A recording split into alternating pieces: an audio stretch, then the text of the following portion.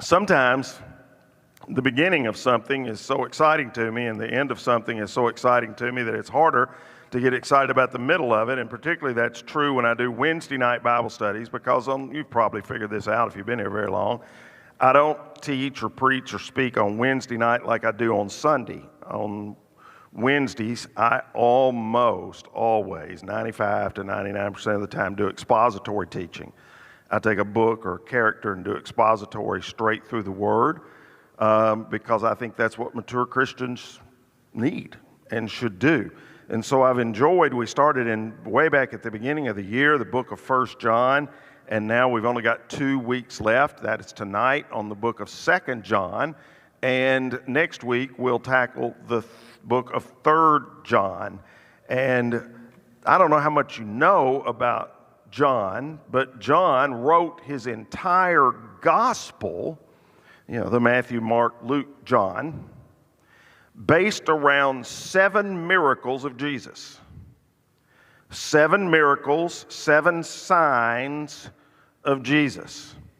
Then he comes back more than 3 decades later, and he writes these 2 very short epistles that are dedicated to truth and love. Everything in them dedicated to truth and love. But he starts out in his gospel talking about signs. People can get pretty creative with their signs. I don't know if you've ever noticed that, but some of my favorites on a sign in front of a podiatrist office read, "Time wounds all heals." That's true. On a sign on a door of a maternity room read, "Push, push, push," with like 5 exclamation marks. There was a sign at a propane gas filling station that said, "Thank heaven for little grills." I like that. And then there was a sign in a veterinarian's waiting room that said, "Sit, stay." I like that too. But speaking of signs or miracles, the Gospel of John is centered around 7 of them that teach us to believe in Jesus, the reason why the Gospel of John was written. And he said it straight out in the last verse in the book. "These things are written unto you that you may believe on the name of the Son of God." So the Gospel of John was written about you believing, and then the letters of John were written about how you behave after you believe. And today we're going to look at 2 John, which begins by saying this letter is from John the elder. So I said a word about this in the very first lesson of the series, way back in January, and I hadn't said anything else about it again, but it's very interesting to me that he describes himself this way. In the Greek language, that word is the word presbyteros. We get our word Presbyterian from it. And it's one of 3 words that are used in the New Testament to describe the same office or the same position. And I just find it so fascinating that that is the way this man, who is an icon, who is venerated by the church at this time, late in the 1st century, absolutely venerated. He's the only one of the apostles that's been alive for years and years and years. And I think I told you in the opening of one of the lessons about how much the people revered and respected him. And I just find it fascinating that he chooses to describe himself by the same term that we have 6 men who lead our congregation here and govern us are known by. Elder. Wow. He could easily have said, "This letter is from John the Apostle." He could have easily said, "This letter is from John, the one who was reclining on the shoulder of Jesus at the Last Supper before he was crucified." He could have said, "This letter is from John, the disciple whom Jesus loved," as he is described elsewhere in Scripture. But he didn't. He didn't. He chose simply to describe himself, as this letter is from John, the elder. I just find that fascinating. Another thing I find fascinating is that he says, I am writing to the chosen lady and to her children, whom I love in the truth. Now, this is the only book in the entire Bible. The only book in the entire Bible, 66 books in the Bible, and this is the only one written to a woman. If it is indeed a woman. It may be or it may not be. I think it probably is. Most commentators and expositors believe the elect lady is actually an individual person. If you're reading in another translation, it says the chosen lady. But it may not be. Some also believe it's referring to a sister church. In the New Testament, the church is referred to as the bride of Christ. So it's possible the lady and her children are titles for a specific body of believers, and that he, for whatever reason, is masking the identity, probably to the Romans.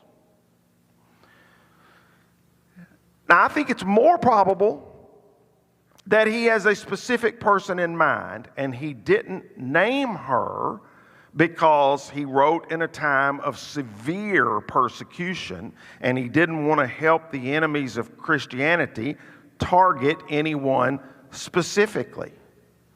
Some people have suggested that it may be that both things are true.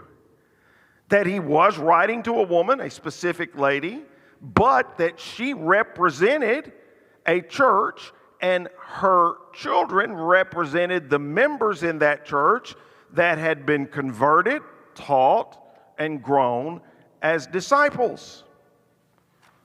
Lot there to unpack. So you ask me, which one is true? I don't know. I weren't there. I just don't know. Abby, that's what I meant tonight. At dinner, I was sitting part of the time with Abby Sagini and her 3 children, and her son James was doing some new math, and it looked like foreign language to me, and I couldn't do it. And I asked him a question. I said, how do you now determine the denominators? And he said, he looked at me in all sincerity, and he said, I don't know. I said, son, that's one of the best answers you can ever give. If you don't know, don't try to fake your way in. That's good for parents. That's good for preachers. That's really good for politicians. If you don't know, there's nothing wrong with saying, I don't know. So I just told you all that, but I don't know, which is true. Here's John's theme, though. I do know. Look at these 2 words. Love and truth. What's the title of our series? The Elder of Love and Truth. That I do know, that's what he is emphasizing in this book. 1 John, that we've been studying the last several weeks, tells us that if we love God, we'll love our brother. But here we're told that real love never ignores the truth. God's love is always in harmony with God's truth. If ever our love causes us to ignore truth, if in the name of love we tolerate or gloss over or accept a falsehood, then realize we are not exhibiting the true love of God. Real love affirms and supports God's truth. That is such an important message for you and me to hear today. Because in today's can't offend anybody, tolerant of everything, watered down world, so many churches have adopted a love is supreme and unity at all costs type of mentality. To them, nothing is as important as love and peace and unity. And yet they say they're following Jesus. And they wear his name, the name Christian. Well, let's just see what Jesus said about that, Christians. In Luke chapter 12, do you think I've come to bring peace to the earth? No, I've come to divide people against each other.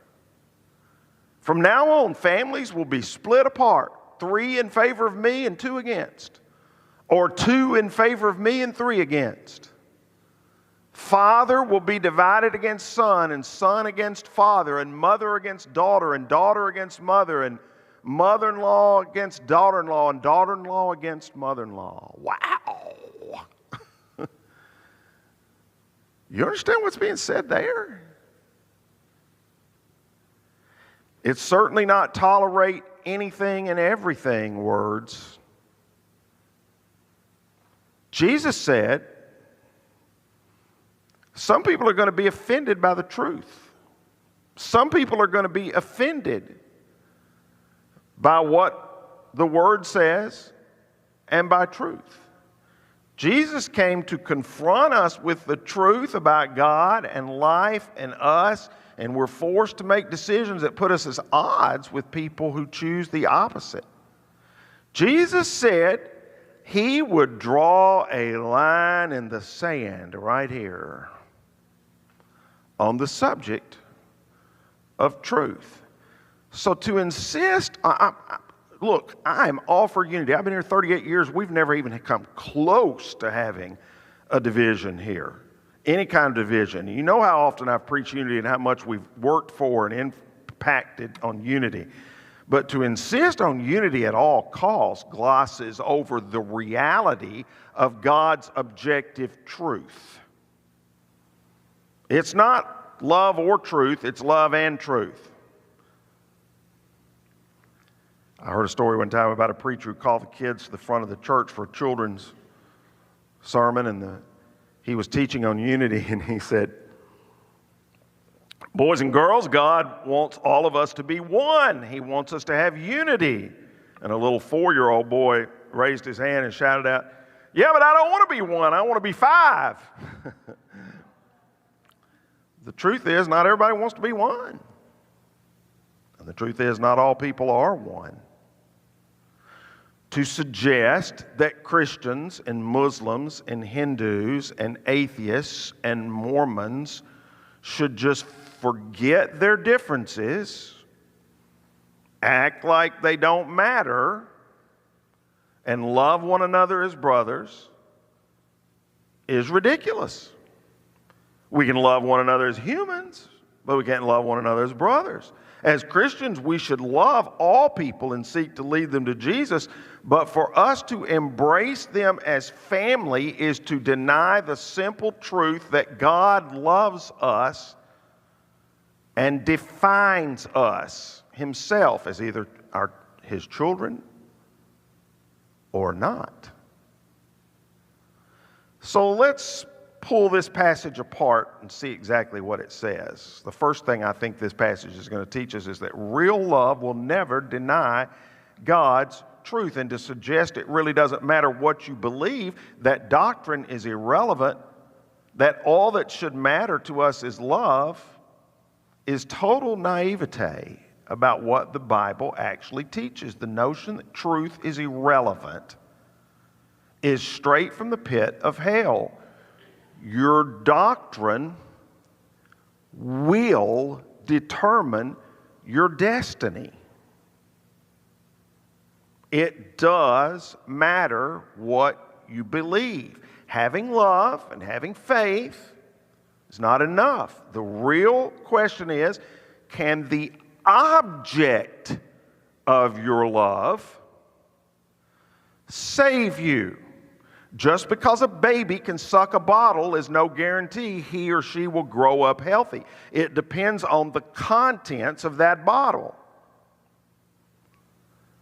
And likewise, faith alone will never save you. Faith and love have to be grounded in truth. There are a lot of people today who have a generalized faith in God and Jesus and the Scriptures and have not darkened a church door, prayed, thought about the Lord, or served Him in decades. James addresses those people in James chapter 2 and says, faith without works is dead, being alone. Faith and love have to be grounded in the truth because, as verse 1 says, the truth will walk with us forever. And not only that, but God's truth is unaltered by popular opinion. His truth is absolute and timeless. I might get in trouble for what I'm about to say, but I do not care what opinion polls say. I don't. I wish opinion polls on belief in God and Jesus and the church were higher than they are right now. But it's not my job to raise opinion polls. It's my job to point people to Jesus Christ and to truth. And I just don't care about opinion polls. Verse 3 says, grace, mercy, and peace, which come from God the Father and from Jesus Christ, the Son of the Father, who will continue to be with us and who will live in truth and love. And then the next verse I put in two different versions because it's such a wonderful thought that I wanted you to see it two different ways. In the NLT it reads, how happy I was to meet some of your children and find them living according to the truth just as the Father commanded. So remember, he said, I'm writing to the chosen lady and her children. So John has actually met now some of these children. Some of these people, he said, I met some of these people. And I found out they're living according to the truth. They're walking in the truth or walking in the faith, the NIV says. It's given me great joy to find some of your children walking in the truth just as the Father commanded us. So John had been in contact with a group of these Christians who had been discipled by this elect lady, and he rejoices that they're doing well. That's a credit to her, if it is indeed a woman, and her ministry. Her disciples were on a good trajectory because they were straight from the start, grounded in the most important thing, grounded in the truth. Walking in the truth, living according to the truth. Never underestimate the importance of a good foundation. In the next two verses, he says, I am writing to remind you, dear friends, that we should love one another. So here we go again with the theme of the whole series. He says in verses 4, he emphasizes the truth, and then he comes right back in the very next sentence and emphasizes love. I'm writing to remind you, dear friends, that we should love one another. And then he says something interesting. He said, this is not a new commandment, but one that we have had from the beginning. Real love is love in action. If I really love my wife, I won't just do what is easy for me to do. I won't just do what is convenient for me to do. I won't just do what I want to do. I'll love her in the way she wants and needs to be loved, because love aims to please. Maybe the best definition of love, well, we know the best definition of love is in 1 Corinthians chapter 13, verses 4 through 9, and you can sort of sum up verses 4 through 9 there by saying love is selflessness. Love is focusing on the other person, caring more and wanting more what the person you love wants than even what you want. Now, if that's the true definition of love, and I think it is, I said I love my wife that way. How about God? Do I love God that way? Do I ever take into account what does God want? Do I ever take that into account? When I'm planning my day, planning my life, what does God want?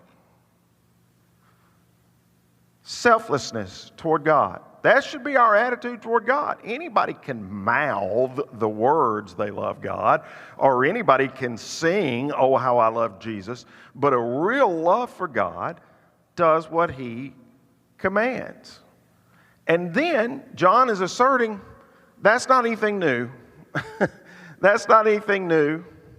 This is not some big revelation. Nothing has changed. This is the same command we had from the very beginning. From the outset of Jesus' ministry, the Lord taught us to love one another. And John is still trumpeting that message. He's 100 years old, and he's still trumpeting that message. Real love is expressed on God's terms, doing His will, keeping His commandments. One of the great theologians of the last century, Richard Niebuhr, once said, "The great Christian revolutions have not come by the discovery of something that was not known before. They happen when somebody takes radically something that was always there." They happen when somebody takes radically something that was always there. Well, that's always been there. We had it from the beginning of Jesus' ministry. So we need to act on it. We tend to look for new tactics. We tend to look for new ways to do things, but it's the rediscovery of simple truths that reignites passion.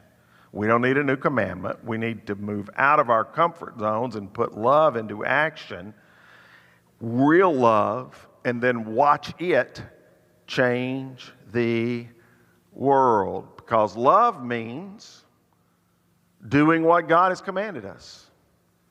And He has commanded us to love one another just as you heard from the beginning.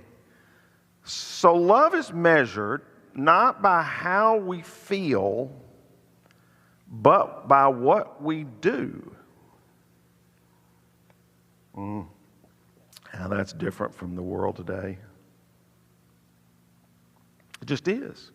Everything in the world today is based on feelings. How do you feel?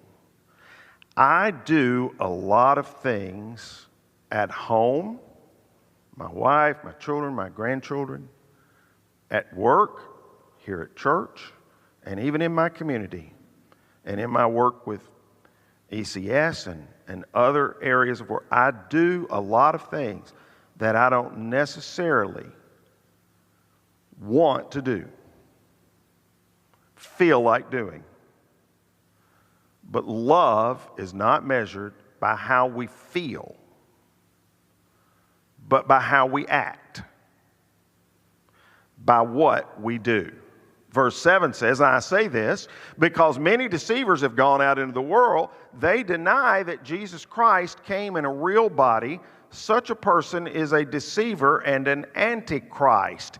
He said, I'm emphasizing love and truth here because so many deceivers are out there. Deceivers. It was Mark Twain who once said, "A lie can travel halfway around the world while the truth's putting on its shoes." And those of us who've lived long enough know that by experience, don't we? You remember the old gossip game? I first remember playing it in a youth group in high school at my little church. And we must have had 30 teenagers sitting around in a circle. And one started and said something into somebody's ear, and then they passed it all the way around. And you got that to the last person, and it was nowhere near what the first message was. How many of you have ever played that? There you go. There's so many deceivers in the world, and that's why we have to be careful. False doctrine is constantly blowing through the church, whether it's those in John's day who denied Jesus' humanity. Remember, we talked about that earlier in 1 John. The Gnostics were denying Jesus really came in a real body, or people in our day who deny that Jesus is really God, and they deny the virgin birth. Either way, let's be on guard for those who either deny His humanity or His deity. It reminds me of the little boy who was asked by his Sunday school teacher if he knew how to define the term false doctrine. And he thought that the teacher said false doctoring. And so he said, well, false doctrine is when a doctor gives the wrong stuff to people who are sick. Well, false doctrine and false doctrine really have the same outcome. There's a lot of false doctrine that is giving the wrong stuff to the spiritually sick too. And that, believe it or not, is even more dangerous. Here again, in the text, John tells us how to spot the person who is false doctrine. They may be right on 95% of what they say and teach. But that 5% may really, really matter. Did you know this? Did you know that rat poison is 98.9% cornmeal? That's what attracts the rats. It's the 1% that kills them.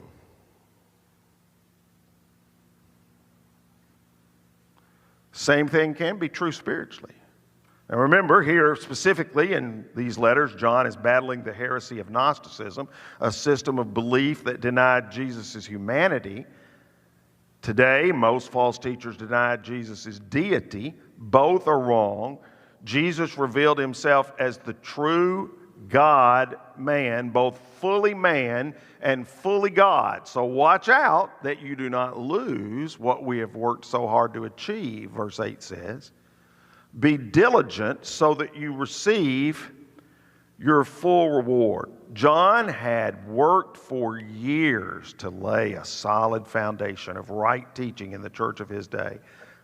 But he realized it could all be lost quickly if it was not preserved. I think about that a lot these days as I get older. How a lot of things can be lost quickly when it relates to the truth if they're not preserved. If we kick back and say, well, I did my time in the nursery when my kids were younger. Well, I gave a whole lot of money to the last project. I'm done with the ushering thing. It's somebody else's turn.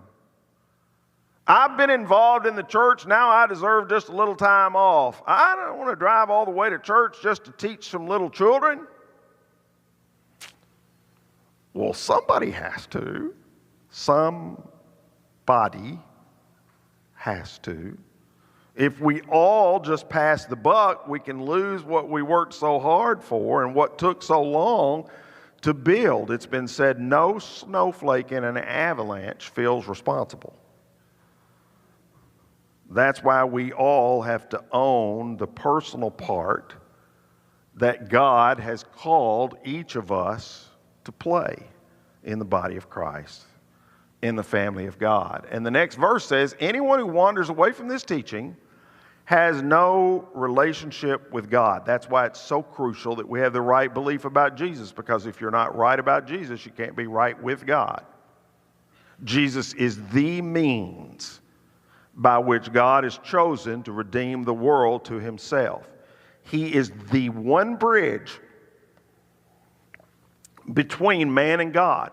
There are no other, 1 Timothy says there are no other mediators. There's one mediator between God and man, and that is Jesus Christ.